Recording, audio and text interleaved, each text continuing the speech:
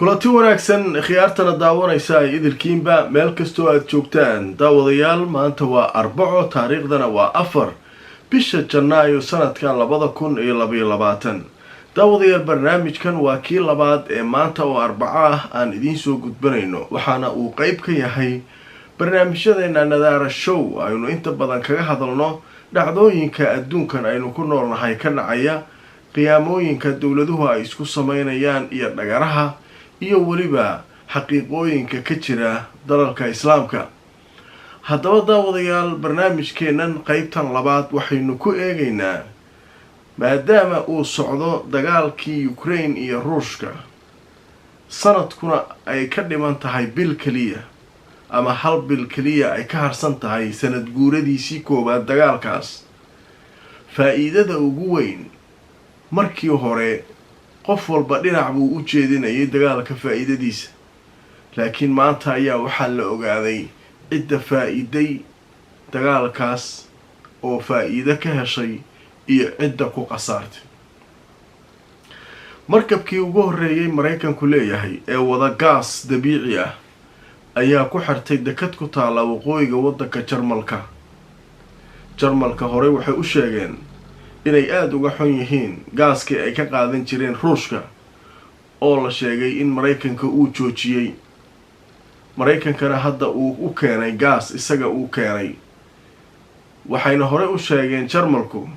in Mareykanka uu doonayo inuu ka iibiyo qiimo khiyaali ah oo aad u tiro badan lacag badan inuu ka siiyo ayuu doonayaa. haddaba Yurub waxay u muuqataa inay ku qasaartay dagaalkaas, Ruushkana uu ku qasaaray, laakiin cidda kaliya ee ka faa'iiday dagaalka ay tahay Mareykanka. haddaba arrin cajiiba oo ku saabsan sababta dagaalkan iyo faa'iidada Mareykanka uu ka helay iyo khasaaraha Yurub soo gaaray ayaan barnaamijka qaybtan idinkugu eegi doonaa. waan filayaa in badan oo ka mid ah inay doonayaan inay wax badan ka ogaadaan arrintan. anigoo Cabduqaadir Maxamed Cashir Nadaara ayaa barnaamijka idinla socodsiinaya. daawadayaal barnaamijyadeena soo gudbintooda waxaa gacan naga siiya shirkadda xawaalada ee la yiraahdo Safari Remit. xarunteedu waa UK, adeegeeduna waa online. haddii aad doonaysid macluumaad dheeraada fadlan booqo boggooda www.safariremit.com.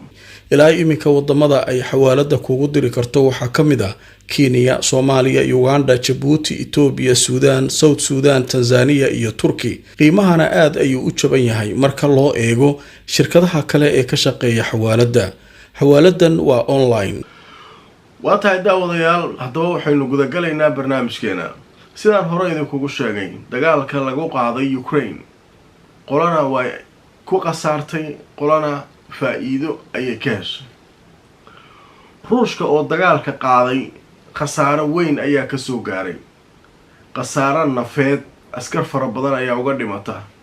shalay ugu dambeysay barnaamijyadeena uu qirtay in ku dhow 63 askari, iyadoo maantana Ruushka uu lahaa tirada way sii korortay ilaa 90 askari ayay marayaan askartii la duqeeyay. marka khasaaro nafeedna waa ka soo gaaray oo maalin walba askartiisu way la'anayaan. dhaqaale fara badan oo dagaalkaas uu ku bixinayo oo hubkiisi iyo wixiisana uu ka soo gaaray. faa'iidadii uu qabay ee uu ka heli jiray gaaska uu haysto ee Ilaahay ku manaystay inuu gado oo uu Yurub ka gadana waa la joojiyay. 2 tubo oo waaweyn oo Yurub soo gasha oo Ruushku lahaa oo la yiraahdo Nord Stream 1 iyo Nord Stream 2 waa la jaray. xataa qaraxa lagu sameeyay. waatay Ruushku ku eedeeyeen inay Mareykanka ka dambeeyeen iyo Ingiriiska. cunaqabatayna la saaray. khasaaro weyn ayaa harta dagaalkaas uu Putin kala kulmay. mid maaliyadeed, mid dhaqaale, mid siyaasadeed waa la go'doomiyay. dhibaato marka haysata. okay, Ruushka marka waa fahmnay khasaarihiisa sanad dagaalka marayo. waxaa noo soo haray nimanka la leeyahay Yurub. iyagu maxay heleen? Yurub waxay iyaguna la mid yihiin Ruushka, khasaaro weyn heleen. Yurub Mareykanka dul degan markaasuu wuxuu ku sameeyay waxba kama qaadan kartaan, gaas kama gadan kartaan, muxuu ahaa Ruushka waxba ma samayn kartaan. waa kaas oo gaas xagee ka helnaa? qabowgan waxa kaliya looga badbaado waa gaaska oo guryaha lagu shito oo kululeeya xaggee ka kaysanayna waa la heli doonaa iyaguna khasaaro weyn ay qabaan Yurub Maraykanaa kuu soo haray Maraykan isagu wax khasaara ma qabo sida la sheegay askarna ugama dhiman hubkan uu ku daldalayo Ukraine uu ku qortaa deyn way deyn intaasoo bilyan oo dollar maadaama Ukraine ay qani tahay qamadiga ugu badan adduunkana ay iibiso oo zaraaca badan iyo beero badan ay leedahay iska bixin karto waa lagu qortaa waqtiga doontaba waa lagu leeyahay deynkaas xisaabtaas meel u taala markii 10 bilyan oo huba laga gado baa waxa leeyahay 1 milyan xoogaa maartay mucaawina idin marka wixiisa wuu qortaa wax uu naxariisto male ma garateen midda labaad ku soo hartay ruushka iyo wixii gaas iyo wixii kale ay ka keensan jireen inta joojiyay Maraykan ayuu wuxuu yiri gaas anaa idin haya Yurubay kaalay iga gata Yurub waxay isku dayday inay Carabti aado Carabti de Maraykan joogo uga horeeya qadar gaaska ugu badan qolada soo saarta waay qadar waxay tiri aniga waxaan ku wareejiyay gaaskayga shirkad Maraykan waxay ka soo gadanay qadar kadibna waxay u geynay Jarmalka iyo wadamada kale ajiib marka faa'iidaha weyn waa Maraykan dagaalka inuu sii socdana isaga dan weyn ugu jirta ma garanaysaan marka hawsha halka maraysay oo meel walba Yurub laga xiray Yurub marka wax yaa ugu dhaqaale badan Yurub midowga Yurub waxa ugu dhaqaale badan Jarmalka waa wadanka ugu dhaqaalaha fiican midowga Yurub uguna taajirsan isagii ku xumaatay meel uu wax ka keeno oo qowaay Yurubti kale iska daa dadkiisii ayuu qabow uga baqay inay u leedaan muxuu sameeyay marka waxa hadlay wasiirkii dhaqaalaha toddobaad ka hor meelahaas u hadlay markaasuu wuxuu yiri Maraykanka yaa naga qabta saaxiib ma nihin saaxiib ma yaqaano annaga Yurub aan nahay Maraykan iyo annaga reer galbeeda isku nahay war Maraykan wuxuu doonayaa inuu qiimo qiyaali waxa la yiraahdaa wax aan macquul ahayn qiimo aan macquul ahayn inuu gaaska naga siiyo rabaa muwaalaye tusaale $100 meeshii $1,000 keen hadii lagu dhaho kawar waa qiyaali wax la yaab loo 150 iyo xataa dhib male waruushka wixii aan ka qaadan jirnay wax ka waalan qiimo qiyaali ayuu ninkan muxuu ahaa uu doonayaa ayadu soo majalad ka soo baxda Jarmalka oo wasiirka dhaqaalaha wadankaas uu wax ku qoray oo ka soo xigatay isagoo leh arin qiimo qiyaali ayuu doonayaa Maraykanka inuu naga iibiyo shidaalka waaya marka intaas oo dhan markay dhaceen Yurubtii way ku qasbanaatay inay Maraykankii ka gataan shidaal meel kale ka helayaan ee baalki gaas ma jiro qabowgiina waa xoogaysanaya waa loo baahan yahay gaas ruushka wixiisi waa la jaray ku kor taagan yahay ruushka yaa u tago wax ka soo qaato maanta marka maxaa dhacay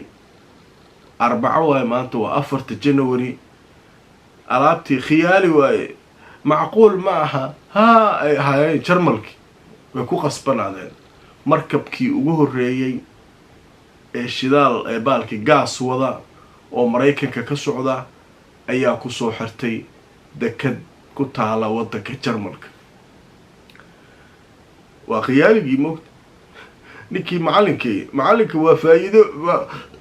dagaalka isaga ka faa'iido telefishinka Jazeera oo warbixintan aan ka soo xiganay goordhow ayaa wuxuu qoray sidan Jazeera waxay leedahay